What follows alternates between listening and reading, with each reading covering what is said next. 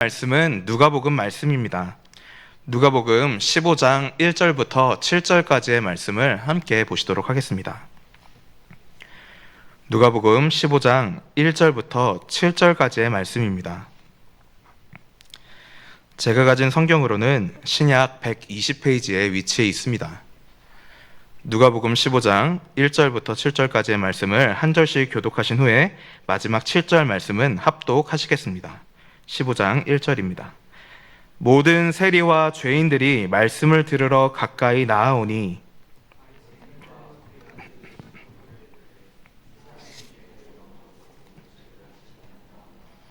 예수께서 그들에게 이 비유로 이르시되 그 중에 하나를 잃으면 99마리를 들에 두고 그 잃은 것을 찾아내기까지 찾아다니지 아니하겠느냐. 또 찾아낸즉 즐거워 어깨에 메고 집에 와서 그 벗과 이웃을 불러 모으고 말하되 나와 함께 즐기자. 나의 잃은 양을 찾아내었노라 하리라. 함께 읽겠습니다. 내가 너희에게 이르노니 이와 같이 죄인 한 사람이 회개하면 하늘에서는 회개할 것 없는 의인 99으로 말미암아 기뻐하는 것보다 더하리라. 아멘. 성도 여러분, 혹시 무엇인가를 잃어버린 기억 있으십니까? 아마 대부분의 사람들이라면 하나쯤은 대부분 가장 소중한 무언가를 잃어버린 기억이 있으실 것입니다. 저는 초등학교 때부터 쭉 키워오던 강아지가 있었습니다. 크기로 보면 강아지라고 하기는 조금 너무나 큰 강아지였는데요. 그 이름은 뭉치였습니다. 아마 강아지를 좋아하시는 분들이라면 이 귀가 아래로 이렇게 널쩍한 강아지인 아메리칸 코카스파니엘이라는 종을 한 번쯤은 들어보셨을 겁니다.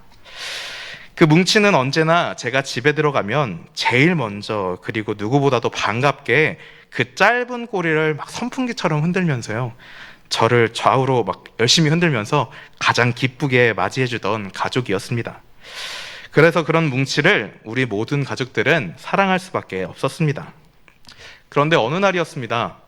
한 오후쯤 돼서 제가 뭉치를 불렀습니다. 뭉치야, 뭉치야. 물론 제가 한 번 부른다고 해서 절대로 올 녀석은 아니었습니다. 또 한 번 불렀습니다. 뭉치야, 어딨어? 빨리 와, 일로 와.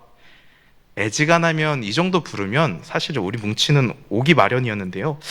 종종 안 올 때도 있었기 때문에 크게 대수롭지 않게 생각하면서 최후의 필살기를 꺼냈습니다. 아마 예상하시는 분들도 계실 텐데요. 바로 뭉치야, 간식 먹을까? 라는 말이었습니다. 참고로 이때 뭉치가 정량의 그 몸무게에 비해서 정량의 밥을 먹는데 단 10초도 걸리지 않을 정도로 이 먹는 것에 있어서는 굉장히 일가견이 있었던 녀석이었습니다. 간식이라는 단어를 알고 있었고, 간식을 먹을까? 간식 먹을래? 라는 말에는 이 녀석이 자는 척을 하다가도 일어나서 올 정도로 뭉치를 부르는데 굉장히 효과적인 방법이었습니다. 물론 그렇게 부르면요, 항상 간식은 주었습니다.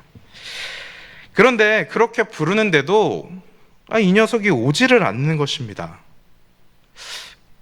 깊은 잠에 빠져서 못 오는 걸까? 한 번 더 불렀지만 오지 않는 것입니다. 무엇인가가 잘못된 것을 살짝 느끼게 되었죠.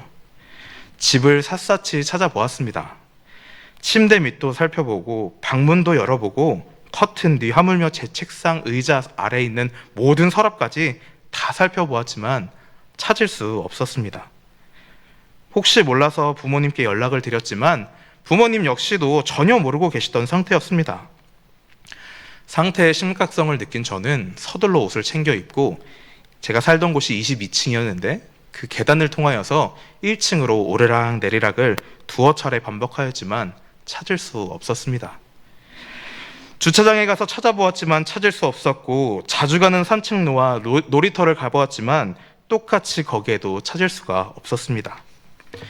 혹시나 하는 마음에 계속해서 동네 주변을 삥삥삥삥 돌아봤지만 여전히 발견할 수 없었습니다. 이때 당시 제 심장은요, 정말 쿵쾅쿵쾅 거린다라는 게 딱 맞아 떨어질 정도로 심하게 뛰기 시작하였고, 참았던 눈물은 이내 곧 터질 뻔하였었습니다. 당시 이목이 집중되는 것을 그렇게 즐기지 않았던 그 질풍노도의 시기를 겪고 있었던 때였기 때문에 사실 누군가가 저를 바라보는 것을 싫어했던 때였지만 뭉치야, 뭉치야, 어딨어? 큰 소리를 부르며 다니기 시작했습니다.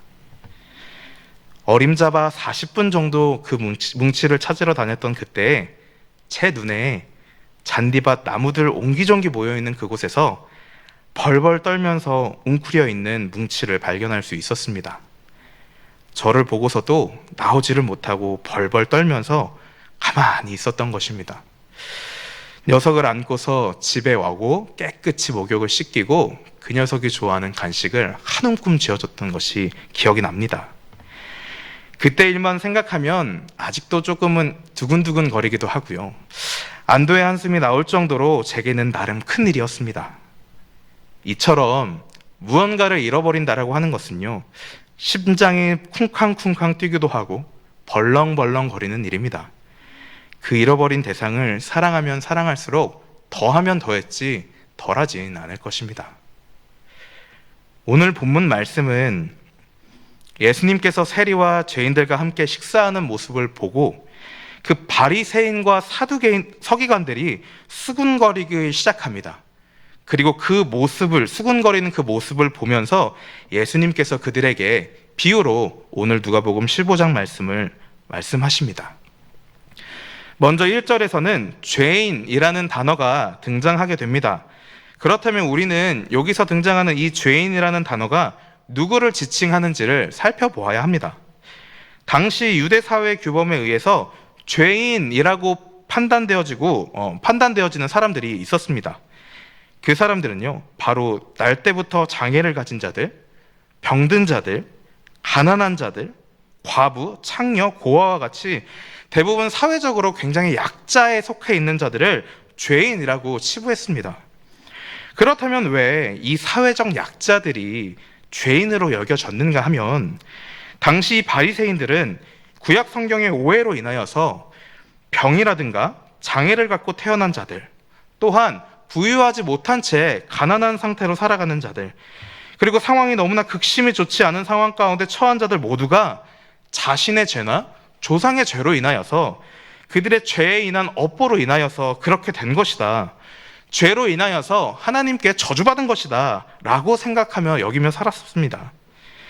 선민 세상에 빠져있던 자신들은 이미 구원받은 아브라함의 후손이라는 그 프라이드를 갖고 살았던 바리새인들은 아무래도 상대적으로 자신들이 더 거룩하다 그 거룩함을 더 드러내기 위해서 사회적 약자들을 지칭하기 시작하였고, 그래서 그 지칭한 자들이 약자들을 죄인이라고 부르기를 시작했으며, 또한 변질자로 원수로 여겨졌던 세리들까지도 이 죄인들과 똑같은 대우와 취급을 하기 마련이었습니다. 그렇게 상대를 깎아내림으로 자신들은 더 거룩한, 상대적으로 더 우월하고 거룩해 보이기에 힘썼던 자들이 바로 이 바리새인들입니다. 이때 당시에 함께 식사를 한다는 것은 같은 공동체 안에서 동등됨을 여긴다라는 의미를 갖고 있었기 때문에, 그렇기 때문에 어떻게 하면 다른 사람들보다 경건한 모습으로 살아갈 수 있을까? 어떻게 하면 더 다른 사람들보다 경건해 보이는 모습으로 살아갈 수 있을까?에만 신경 썼던 이 바리새인들과 서기관들은요, 세리와 죄인들과 함께 식사한다는 것, 가당치도 용납할 수도 없는 행위였습니다. 그런 그들에게 예수님께서는 오늘 이 비유를 통해 말씀하고 계시는 것입니다. 4절을 살펴보시게 되면요, 목자가 양 한 마리를 잃어버리게 된 것을 알게 됩니다. 그리고 그 양을 찾아 나서게 됩니다.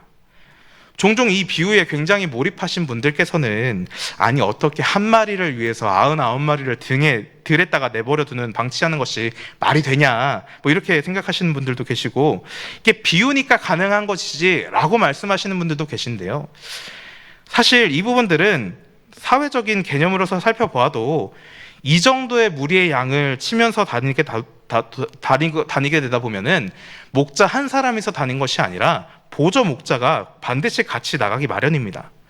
그렇기 때문에 이 비유를 딱 듣게 되면, 당연히 보조 목자도 있었지, 그냥 이 목자가 99마리 양을 내팽겨치고 간 것이 아니지라는 것은 사회적인 통념상 알 수 있는 것이죠. 누구나 이해할 수 있고 공감할 수 있는 굉장히 목자들 안에서는 일상적인 것입니다. 어찌됐든 이 비유는 99마리에 초점이 되어 있는 것이 아니라 잃어버린 한 마리에 초점을 두었다라는 것을 기억해야 합니다. 그렇다면 여기서 이 한 마리가 의미하는 것은 무엇일까요? 그것은 먼저 이 한 마리, 99마리에 비하면 굉장히 초라하고 굉장히 미미한 존재입니다. 그런데도 목자는 그 한 마리, 이 미미한 존재임에도 불구하고 찾아 나선다라는 것입니다. 그 중에 한 마리를 잃으면 99마리를 데려두고 그 잃은 것을 찾아내기까지 찾아다니지 아니하겠느냐. 굉장히 당연하게 확신하며 말씀하고 계시는 것입니다. 지금 목자는 양을 다 치고 마지막으로 돌아와서 양들을 마지막으로 점검하는 때였습니다. 그렇게 한 마리씩 세고 있었는데 이 한 마리가 비는 것입니다.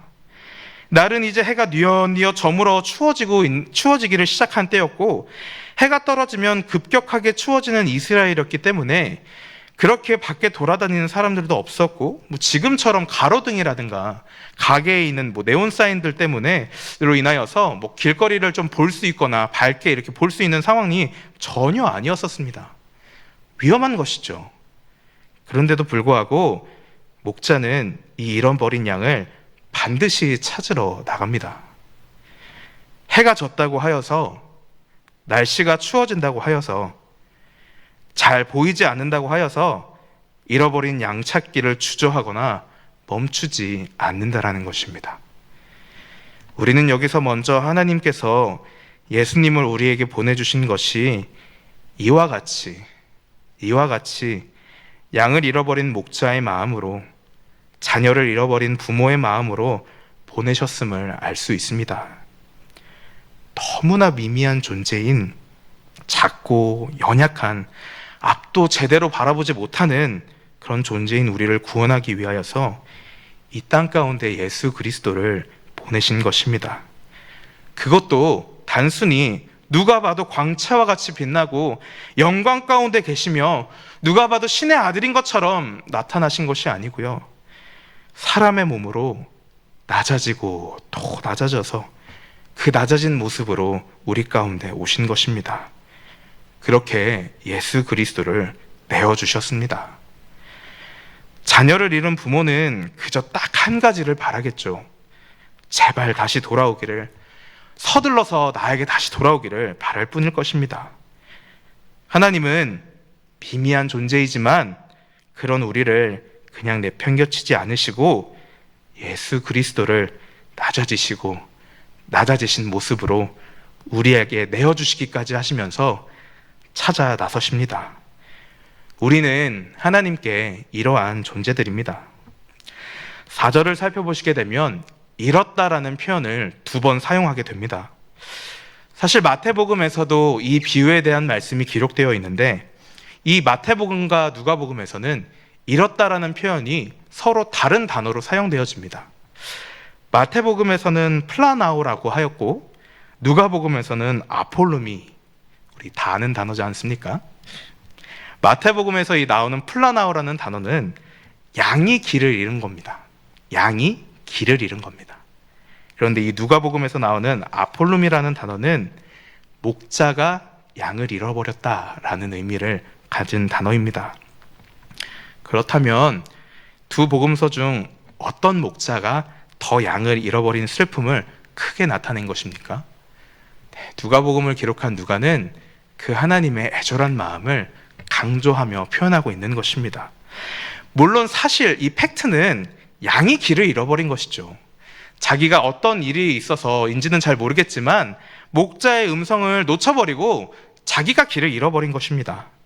하지만 누가는 이 아폴룸이라는 단어를 통하여서 잃어버린 목자의 마음을 더 애절하게 표현하고 있는 것입니다. 하나님께서 우리를 찾으시는 그 마음이 이와 같이 애절한 것을 강조하고 있는 것이죠.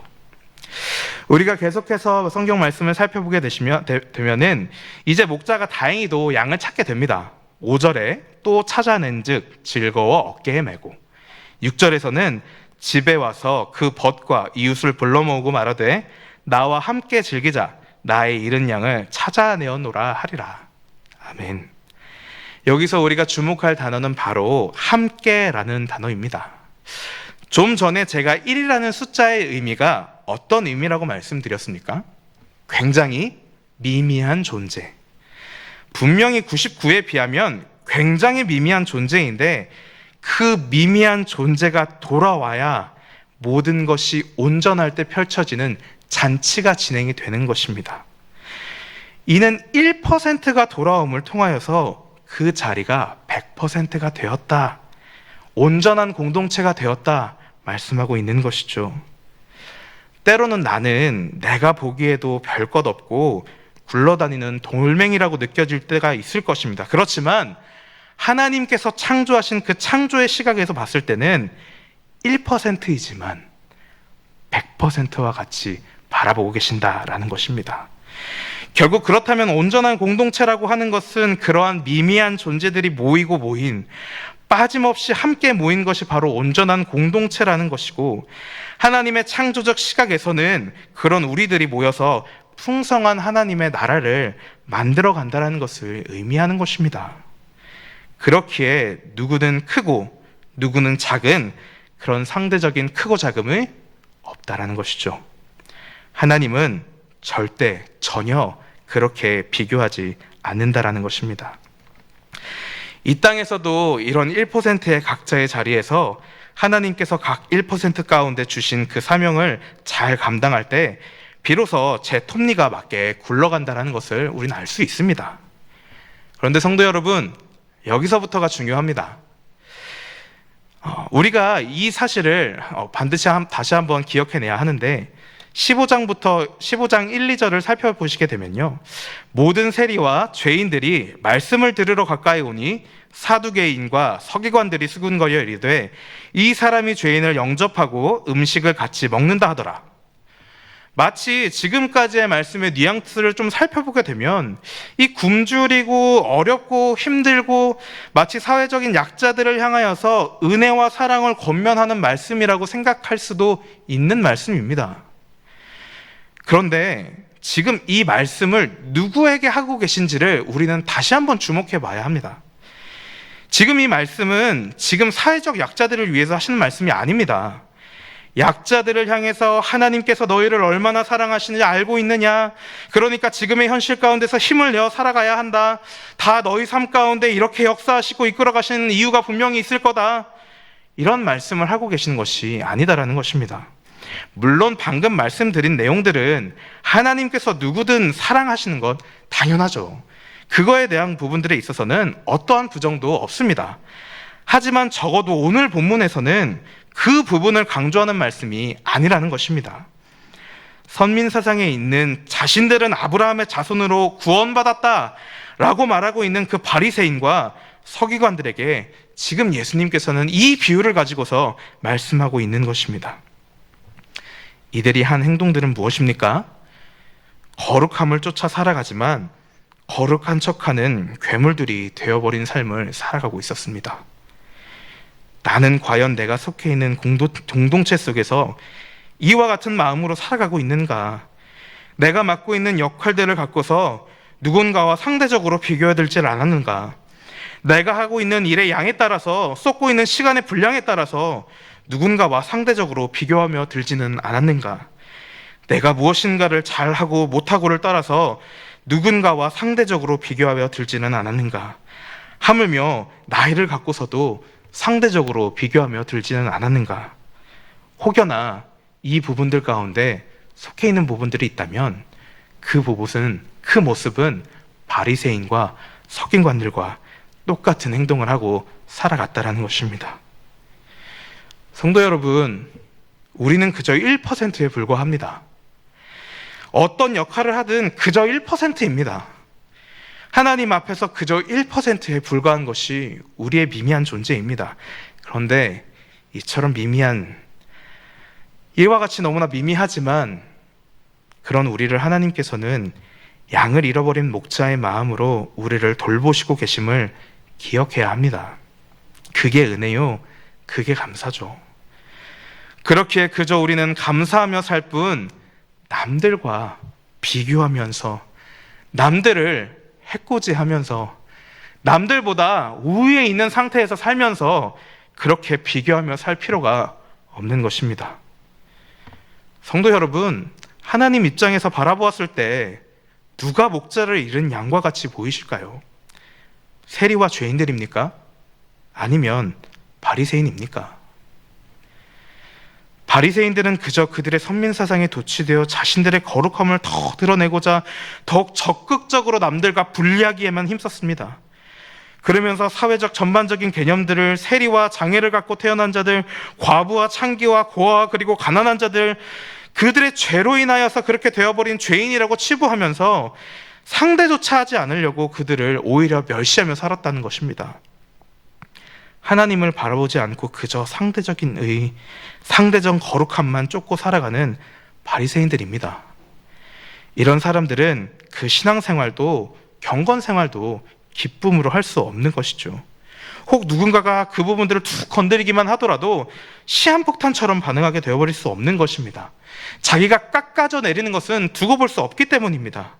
계속해서 비교하며 상대적으로 드러내며 으쓱하고 싶어 합니다. 입으로만 거룩을 외치고 입으로만 경건을 외치는 것이죠. 뭐가 거룩한 것인지도 정확히 모른 채 그저 거룩의 경건의 모습만은 쫓아서 사는 것입니다. 하지만 예수님께서는 분명히 말씀하시죠. 낮은 자, 병든 자, 외면받은 자, 소외된 자들에게 찾아가셔서 그 안에서 하나님의 나라를 계속해서 보여주시고 들려주시고 가르치십니다. 소위 자신이 거룩하다고 자부하는 그 바리새인들과 서기관들, 사두개인들에게 말이죠. 제가 성광성경대학의 이제 누가복음을 어제부로 다 마무리를 지었는데 제가 1장부터 이 24장까지의 누가복음 말씀을 쭉 보면서 느꼈던 것이 있다면 우리 예수님께서는요, 처음부터 끝까지 동일한 하나님의 말씀을, 그 말씀을 통하여서 동일한 하나님의 나라와 동일한 하나님의 의를 계속해서 증명하고 동일하게 말씀하시고 또 말씀을 하십니다. 그런데 이 바리새인들과 하물며 제자들도, 하물며 세례 요한까지도 알아듣지를 못합니다. 그게 아니라고 말씀하시는데도 그저 눈이 어두워져서 눈앞에 있는 하나님의 나라가 눈앞에 있음에도 불구하고 하나님의 나라가 어디 있습니까? 하나님의 나라가 무엇입니까? 그렇게 듣고 살아갔음에도 불구하고 이러한 질문들을 하면서 아주 엉망진창에 그 하나님의 나라를 바라보며 살아가고 있게 되는 모습을 발견할 수 있었습니다. 그저 계속해서 자기네들의 하나님의 나라만 주장하며 그 안에 예수님을 끼워 넣으려고만 하고 있는 것입니다. 자기네들이 믿고 있었던, 자기네들이 생각하는, 자기네들이 만족하는 그 하나님의 나라에 예수님을 자꾸만 끼워 넣으려고 하는 모습들을 볼 수 있었습니다. 그런데 성도 여러분, 나도 그런 모습으로 살아갔구나 하는 것을 저 또한 발견할 수 있었습니다. 이전보다 분명히 좀 더 나아진 상황에도 불구하고 이 감사하기는커녕 다 더 나아질 것만 급급하며 살아갔던 제 모습을 발견하게 되었습니다. 상황이 나아지는 그 맛을 느끼게 되어서 어떻게 하면 더 나은 삶을 살아갈 수 있을까? 거기에만 쫓아 살아가는 제 모습을 보게 되었습니다. 분명히 더 베풀 수 있는 상황과 환경임에도 불구하고 계속해서 제 입에만 넣게 되는 제 모습 또한 발견할 수 있었습니다. 내가 이토록 하나님의 사랑을 받고 살아가고 있음에도 불구하고 여전히 사람들 입속에서 인정과 높임과 부러움, 그런 것들을 바라보면서 내가 살아가고 있었구나, 막 보이기 시작하더라고요. 바리새인들과 서기관들과 똑같이 살아가고 있는 제 모습을 발견할 수 있었습니다. 제가 목자를 잃은 양과 같이 살고 있었습니다. 사랑하는 성도 여러분, 우리는 미미하지만 그럼에도 불구하고 하나님께서 예수 그리스도를 통해 찾아 나서는 귀한 사랑을 받고 귀한 은혜 가운데 있는 우리 모두가 그런 사랑과 은혜를 받고 살아가는 자들입니다. 그렇게 우리는 더 이상 미미한 삶을 살아가고 있지 않습니다. 이와 같이 사랑하시는 목자의 마음으로 사랑하시는 그 사랑으로 인하여서 우리의 삶은 절대로 미미한 것이 아닙니다. 그냥 존재 자체만으로 미미한 존재들이 아닌 것입니다. 끝까지 기다리시며 끝까지 함께 하시기를 바라는 그런 하나님께서 우리와 함께 하시고, 그렇기에 우리는 서로가 자랑할 것도 조롱할 것도 내세워 지켜설 것도 그럴 필요가 없는 것입니다. 왜냐하면 우리 모두는 존재 자체는 나도 미미하고 내 이웃도 미미하지만 그런 두 존재 자체가 동일한 은혜와 동일한 사랑 가운데 살아가고 있다는 것을 우리는 알고 있고, 단순히 내게 무언가가 다른 사람들에 비해서 더 주어진 것이 있다면 그것은 그저 내가 목자를 잘 찾아가는데, 그리고 내 옆에 있는 양이 목자를 잘 찾아갈 수 있도록 돕는 것에만 집중하며 살아가는 것이 예수님께서 말씀하신 하나님의 나라이기 때문입니다. 하나님의 말씀을 따라 살지 못하면 성경은 나에게 있어서 생명력 없는 글이 되는 것입니다. 하나님의 말씀대로 살지를 않는데 무엇이 그 말씀의 삶 가운데서 우리 삶 가운데 펼쳐질 것이며 무엇이 믿겨질 것이고 무엇을 전하면서 살아갈 수 있겠습니까? 하나님께서는 여전히 로마로부터 자유와 그 압제 속에서 벗어나게 해줄 그 정치적인 메시아를 바라보며 어떻게 하면 예수님께서 그 자리에 오르셨을 때 혹 내가 다른 사람들보다 더 높은 입지에 더 높은 자리에 앉았을까 살아갈까 그 생각만 하면서 살아갔던 자들에게, 그 이스라엘에게 하나님께서는 여전히 말씀하십니다. 하나님의 나라는 풍요와 자유와 넘침과 자랑에 있는 것이 아니라 목자가 그 미미한 존재를 찾아 나섬같이 나 역시 먼저는 미미한 존재임을 하나님 앞에서 미미한 존재이지만 하나님께서 나를 그렇게 큰 사랑으로 사랑하고 있다는 것을 깨닫는 것이고, 내 이웃 역시도 그 사랑을 받고 있는 것이며, 우리는 함께 도우며 하나님의 나라를 바라보며 목자의 음성에 쫓아 살아가는 것에만 서로 돕고 집중하면서 살아가는 것이 우리의 사명이요, 그것이 하나님의 나라에서 소망을 품고 살아간다는 것을 우리가 계속해서 알 수 있는 것입니다. 그렇게 사랑하는 성도 여러분, 우리에게 목자를 잃어버리게 만드는 그 모든 것들을 끊어내셔야 하고 멈춰내셔야 합니다. 내가 다른 사람들보다 더 위에 있고 싶어하는 마음 멈추시고 끊어내셔야 합니다. 그것이 재정적인 부분이든 그것이 직위적인 부분이든 그것이 어떠한 탁월함이든 그것이 우리가 목자의 음성을 듣지 못하게 하는 것이라면 끊어내야 하고 멈춰야 합니다. 그로 인해 우리가 언제나 목자를 바로 쫓아가는, 또한 내 이웃을 함께 쫓아갈 수 있도록 함께 나아가는, 하나님께서 기뻐하시며 흡족해하는 자녀로서 살아가는 우리가 모두가 되어야 할 것입니다. 왜냐하면 그것이 하나님께서 우리에게 향하신 하나님 아버지의 마음이기 때문입니다. 함께 기도하시겠습니다.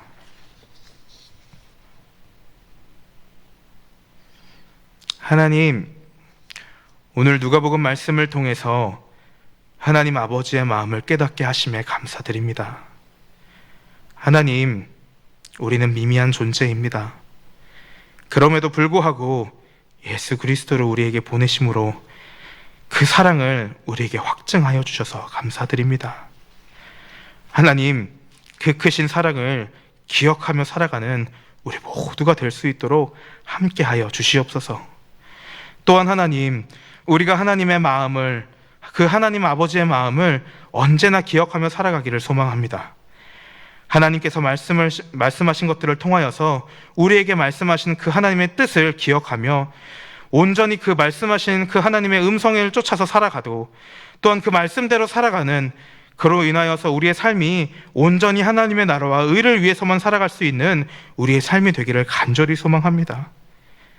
비교의 잣대로 사용치 않게 하여 주시고 내 삶을 위한 수단으로 사용하지 않게 하셔서 온전한 예수 그리스도의 이름을 위하여서 성경 말씀 그 자체를 생명책 자체로 인정하면서 살아갈 수 있는 우리의 삶이 되기를 간절히 소망하오니, 하나님, 우리의 온 마음이, 우리의 모든 마음, 우리의 모든 시선이 온전히 하나님께만 집중하며 살아가는 하나님의 귀한 자녀로서의 삶을 살아갈 수 있는 우리 모두가 될 수 있도록 아버지 함께하여 주시옵소서. 이 모든 것 주님께만 영광 올려드리오며 거룩하신 예수 그리스도의 이름으로 기도합니다. 아멘.